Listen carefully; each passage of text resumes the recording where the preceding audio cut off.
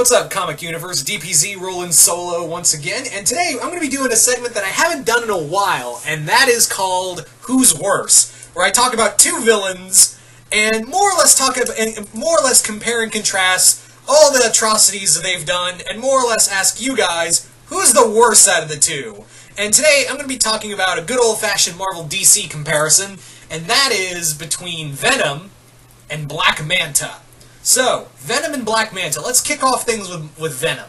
Now, of course, Venom first appeared officially appeared in Spider-Man number 300, bonded to Eddie Brock after the symbiote had been removed from Peter. I should have said fled, removed from Peter and bonded with him, thus creating essentially a horror character. That whole issue reads like a slasher movie, really.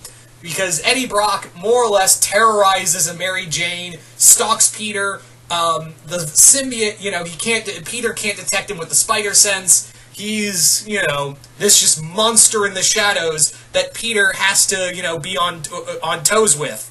But over the years, over the time, Venom became more and more, shall we say, less. I wouldn't say less, but more like he became more popularized and more of a anti-hero.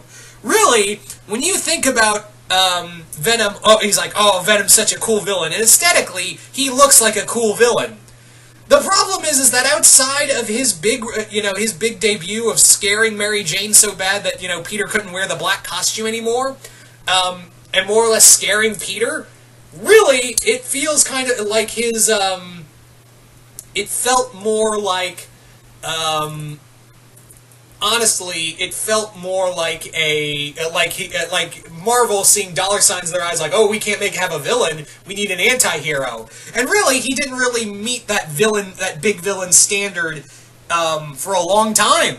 For the longest time, Eddie Brock was more of the anti-hero than he was the villain, even making peace with Spider-Man, kind of.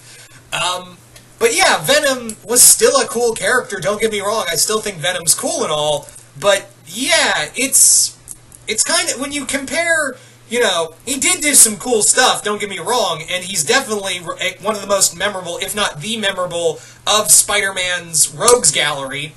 But yeah, everyone seems to forget that Venom kind of didn't really do anything villainous outside of his second return when he, Spider-Man had to fake himself dying at Venom's hands, and then, more or less Venom was like, yeah, I'll just stay on this island for all I care. And then Carnage showed up. It was like as Family Guy calls it, a bigger Jaws moment, which is like, oh no, Carnage shows up, and it's like, oh no, we must work together to fight him. It's kind of like that segment, that bigger Jaws joke in bigger Jaws in Family Guy. Oh no, what's that? It's bigger Jaws. Oh no, we must work together to fight him. That's kind of what Carnage is. So, yeah, don't get me wrong, I like Venom, but having said that, though, when you really think about it, his villain stuff hasn't really been a long list. He did fight the Avengers in one of the graphic novels, and he did do some evil stuff, but in my opinion, I don't think he really reached that level, like he did villainous-wise outside of his opening and in the Venom Returns story. That and his number 300 debut and Venom Returns. Excuse me, I got tongue-tied there. But let's see how well he compares against the other character in this comparison. And that is Black Manta, Aquaman's arch-nemesis. Black Manta, as we all know, has a blood debt against Arthur Curry, after Aquaman had murdered his father in cold blood. So Black Manta is a very eye for an eye kind of person.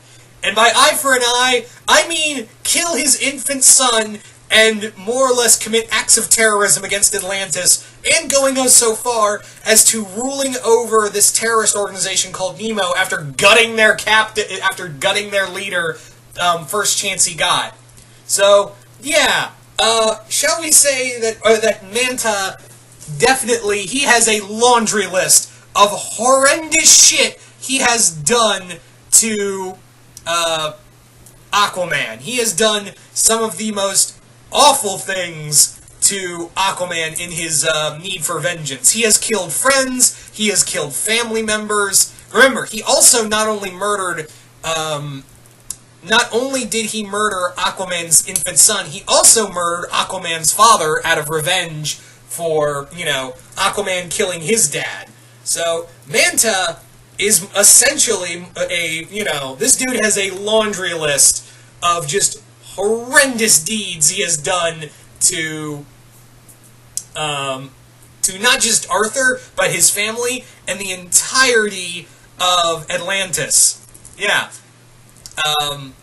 Manta just doesn't, Manta gives no fucks about who he hurts and who gets in his way. If you're allied with Arthur Curry, then you're good as dead, essentially. You are good as dead, in Manta's eyes. Because if you work with Aquaman, if you stand with Aquaman, then you stand in his way. That's his whole train of thought. So, yeah. My personal opinion, I think Manta definitely gets the out of the two, I think Manta definitely is the scarier of the two, because the dude did something that I don't think most he crossed a line that I don't think most villains would cross, and that is murdering a child.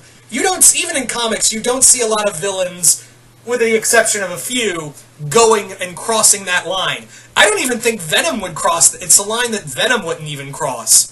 But you guys tell me in the comments below, who do you think is worse out of the two? Who do you think is the worst villain? Like, most nefarious, not like villain, like, oh, he sucks, kind of worse. I mean, in the sense of, oh, that villain is scary as fuck. That's what I meant. So, comment below, let us know here on Comic Universe. And if you're new here, don't forget to Hulk smash that subscriber button and share with your friends, family, and those strange people who follow you on social media. Remember, we still got our giveaway going as of this recording. And yeah, just remember to hit that subscriber button and be a part of Earth's Mightiest Subscribers. I'm DPZ. Hope you all enjoyed this video, and we will see you right here once more in the YOUniverse.